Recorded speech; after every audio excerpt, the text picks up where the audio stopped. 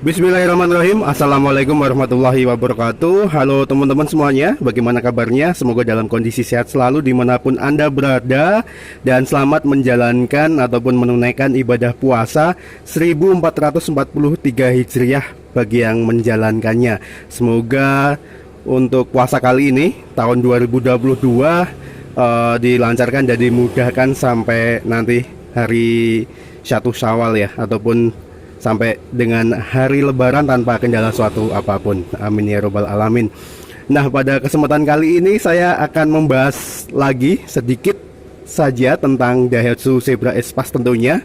Karena mobil ini memang banyak banget kalau misal kita ingin mengulas teman-teman, mulai dari gampang mogok, gampang overhead dan lain sebagainya. Nah, itu salah satunya. Nanti saya pengen mengulas nih, kenapa sih ataupun apa yang wajib kita cek pada saat mobil kita tiba-tiba mogok ya. Tiba-tiba pada saat jalan begitu mobilnya tiba-tiba mati secara tiba-tiba. Dan apa saja penyebabnya dan bagaimana solusinya? Untuk itu tonton videonya sampai akhir dan semoga tetap bermanfaat.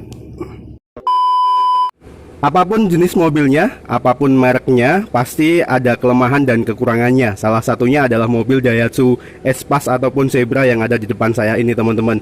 Nah, salah satu kelemahannya mobil Daihatsu Espace ini dia masih menggunakan timing belt. Jadi belum menggunakan timing chains teman-teman. Jadi bukan rantai tapi menggunakan karet belt. Jadi untuk letaknya sendiri, untuk timing belt itu ada di bawah jok depan nih teman-teman, ataupun di belakang radiator. Nah, letaknya ada di bawah jok depan. Kita coba lihat ya seperti apa ataupun di mana letaknya. Nah, di sini, teman-teman. Nah, ini dia untuk letak timing beltnya ada di sini. Ini ada covernya, nggak begitu kelihatan ya. Ini ya, ini ada covernya di sini.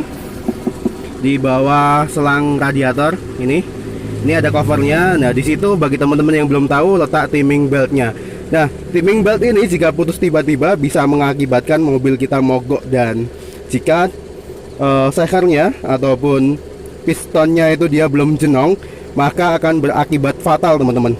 Terjadi benturan sehingga banyak klep yang bisa saja bengkok.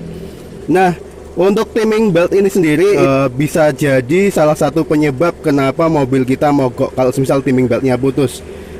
Jadi kalau semisal timing beltnya putus ataupun gini, jadi semisal mobil kita mogok, teman-teman jangan langsung di starter ya. Kita recheck terlebih dahulu apa penyebabnya. Kalau semisal teman-teman yakin mobilnya itu sudah menggunakan seker dengan model jenong, saya rasa di starter berulang-ulang nggak masalah. Karena untuk seker yang model jenong itu aman ya apabila timing beltnya putus. Itu teman-teman bagi yang pemula wajib tahu juga untuk timing belt ini. Nah, balik lagi, kalau semisal mesin mobil kita tiba-tiba mogok pada saat diajak jalan begitu, hal pertama yang wajib kita cek terlebih dahulu adalah suplai bahan bakar dan suplai bensin teman-teman. Nah, itu ya yang wajib kita cek pertama, yaitu suplai bahan bakar mulai dari filter bensin, kemudian rotak kita wajib cek, dan lanjut menuju ini selangnya ini lanjut menuju karburasi. Kita coba kop. Nah, sekarang mesin sudah saya matikan biar kita bisa praktekkan. Nah, kalau semisal mobil kita agak susah di starter, kita pengen mengecek nih ada nggak aliran bahan bakarnya. Kita coba lepas filter udaranya ini.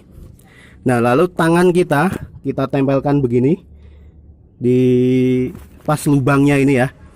Kita tempelkan begitu, kita tutup rapat, lalu kita starter. Kita suruh teman atau enggak kalau bisa kita tutup begitu. Kalau semisal tangan kita panjang bisa nyampe, kita tutup dengan tangan lalu kita starter.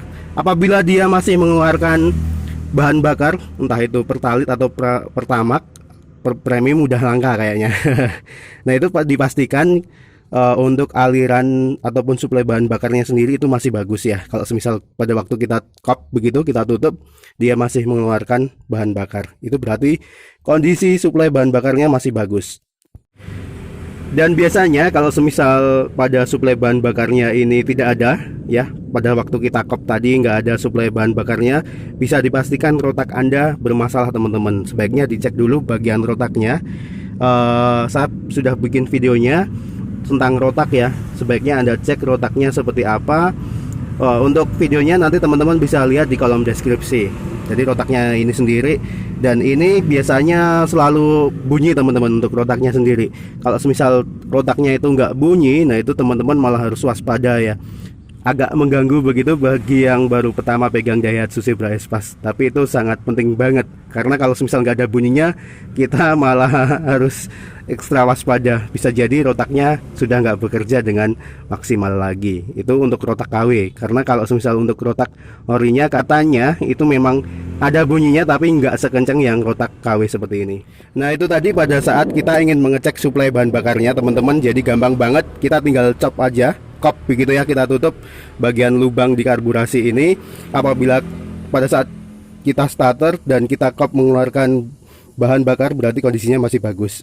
Dan selanjutnya kita coba cek bagian pengapian. Nah ini yang paling vital banget, karena untuk bagian pengapian ini ada hubungannya dengan koil di sini ya. Ini sumber tenaganya sendiri itu dari koil teman-teman, lalu ke bagian delco, terus bisa nyambung ke bagian timing belt. Apabila timing belt putus, bisa dipastikan tidak ada api sama sekali. Jadi caranya kita lepas busi satu begini.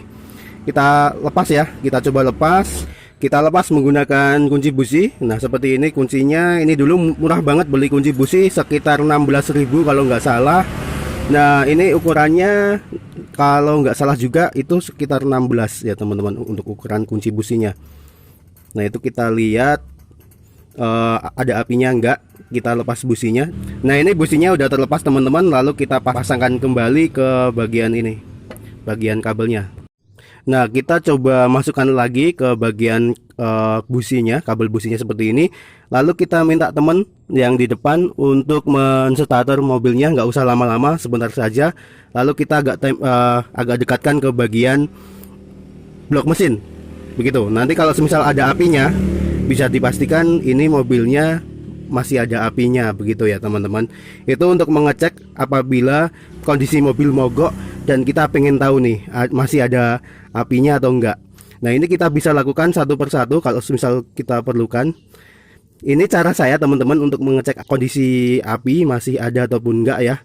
Mungkin teman-teman punya cara lain, nanti bisa tulis di kolom komentar bagaimana cara yang paling aman untuk mengecek di bagian sini, busi ini ya terutama, ini masih ada apinya atau enggak. Nah teman-teman nanti bisa tulis di kolom komentar. Karena apa?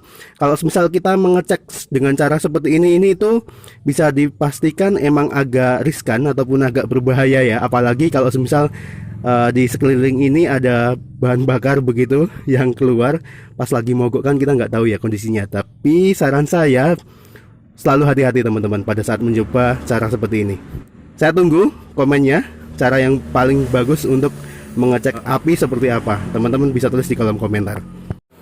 Nah itu tadi ya caranya untuk mengecek masih ada api ataupun enggak. Kalau misal nggak ada, nah ini yang wajib kita cek lebih lanjut teman-teman. Yang wajib kita cek lebih lanjut yaitu kondisi koil. Nah koilnya ada apinya atau enggak. Kalau semisal cara gampangnya sih kita pinjam koil ya, kalau semisal ada. Jadi cara gampangnya sih, kalau saya ngecek koil masih ada api, kita ganti aja. Kalau semisal kita ganti dengan punya orang, bisa berarti koilnya yang bermasalah. Tapi kalau semisal kita ganti dengan punya orang tapi kondisinya masih sama saja, bisa dipastikan timing beltnya teman-teman. Nah ini yang paling penting banget, timing beltnya putus ataupun enggak. Nah saran saya sebelum mengecek ke koil, lebih baik kita cek dulu timing beltnya putus ataupun enggak. Nah cara saya untuk mengecek timing belt sendiri teman-teman, itu kita buka covernya ya. Ini covernya, bagi yang belum tahu, di belakang radiator. Ini radiator, terus ini covernya ya. Nah ini ada kunci baut ukuran 10-an kalau tidak salah. Kita lepas saja lalu kita intip, kita buka sedikit aja bisa biasanya. Kita intip apakah timing beltnya masih bagus ataupun sudah putus. Nah kalau misal sudah putus, jangan coba-coba sesekali di starter teman-teman. Kalau kita belum yakin shaker kita jenong ataupun piston kita jenong, karena kalau misal kita starter berulang-ulang itu akan menyebabkan adanya benturan antara payung klep begitu ya dengan piston, dan itu akan mengakibatkan kita harus bongkar mesin dan menggantinya begitu, ataupun bisa dikatakan dengan nama turun mesin. Nah untuk itu teman-teman, saran saya bagi Anda pemula, terutama apabila baru memegang begitu ya, baru memelihara Espas ini, pastikan timing bed selalu kondisinya bagus dan selalu tegang begitu. Sebaiknya diganti kalau semisal sudah menempuh jarak sekitar 35.000 km sampai 50.000 km. Nah itu sebaiknya segera Anda ganti timing beltnya. Kalau semisal bisa, Anda bisa cek sendiri, buka itu tadi covernya ya. Kita bisa buka covernya, lalu kita cek kondisinya masih bagus ataupun enggak. Kalau semisal sudah getas ataupun retak-retak, sebaiknya segera Anda ganti. Nah gimana teman-teman, gampang banget kan ternyata untuk mengecek kalau semisal mobil kita mogok itu. Cuma ada dua opsi yang harus kita cek, yaitu mulai dari suplai bahan bakarnya, dia ada enggak. Kalau semisal enggak ada, kita coba cek rotaknya. Caranya itu tadi dengan di kop begitu ya, ditutup bagian karbunya, mulut karbunya, lalu kita starter. Untuk pengapiannya sendiri, yang kedua, yang pertama tadi kan suplai bahan bakar, terus yang kedua itu pengapiannya bagus ataupun enggak, ada ataupun enggak. Biasanya kalau enggak ada itu kita harus curiga dua hal, yaitu yang pertama, timing beltnya masih aman ataupun enggak, atau jangan-jangan sudah putus. Nah itu yang sangat dikhawatirkan bagi semua orang apabila pistonnya itu belum jenong ya, dia masih flat begitu pistonnya. Terus yang kedua itu dari coil. Nah coil ini hal yang lumrah dimanapun itu kendaraan bermotor, itu sumber kelistrikan ataupun bukan kelistrikan ya, sumber pengapian itu dari coil teman-teman. Apabila coilnya itu sudah bermasalah ataupun mati, ya kita wajib menggantinya karena nggak ada opsi lain. Coil nggak bisa diperbaiki begitu ya. Untuk range harganya kalau nggak salah sekitar 400 sampai 500-an untuk coil itu sendiri. Itu tadi teman-teman video singkat saya tentang apa saja yang perlu dicek pada saat mobil kita mogok tiba-tiba pada saat jalan.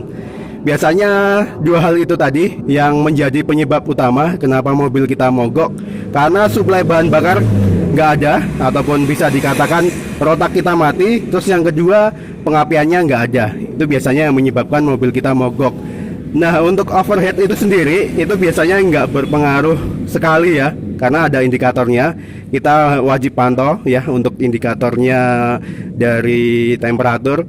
Jangan sampai melebihi bendera, karena kalau melebihi bendera itu juga akan mengakibatkan mobil kita mogok ya. Jadi kita wajib pantau ini ya, temperaturnya, indikator temperaturnya ini kita wajib pantau terus teman-teman. Jangan sampai nggak dipantau, apalagi mobilnya mobil yang sudah berumur.